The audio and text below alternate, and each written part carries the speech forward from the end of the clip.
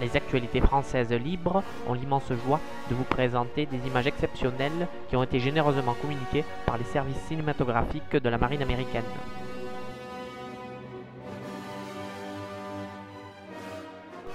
À l'heure où je vous parle, près du village de Ramnoville, en Normandie, les hommes du 2e bataillon de Pages, commandé par l'amiral Gregory de Cook, continuent à travailler sans relâche.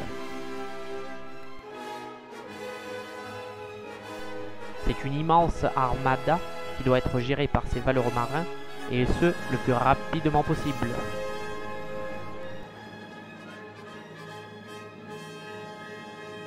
C'est ainsi qu'une logistique sans faille est mise en place depuis le 6 juin afin de faire débarquer les hommes ainsi que l'ensemble du matériel. Ce travail colossal est la mission de ces hommes de la marine américaine.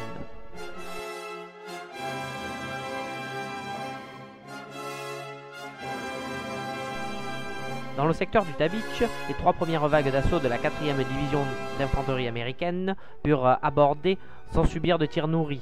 Les équipes de démolition eurent le temps de faire sauter les obstacles. Vers 11 h, la 4e division commençait à sortir des dunes. Ces difficultés venaient plus de l'engagement causé par la concentration de ces véhicules que des tirs assez sporadiques des Allemands.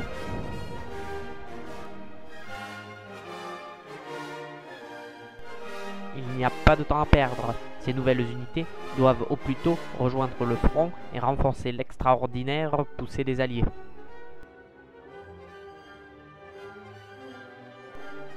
Au milieu de la journée, les éléments avancés entraient en contact avec les parachutistes américains qui avaient atteint le secteur de Sainte-Mère-Église.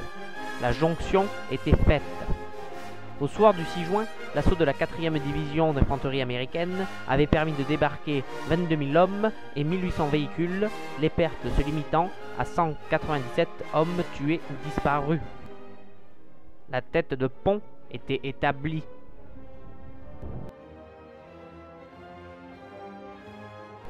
Au-delà de cette logistique générale, les hommes de la marine américaine doivent évacuer les prisonniers de guerre vers l'Angleterre, où les officiers notamment seront interrogés.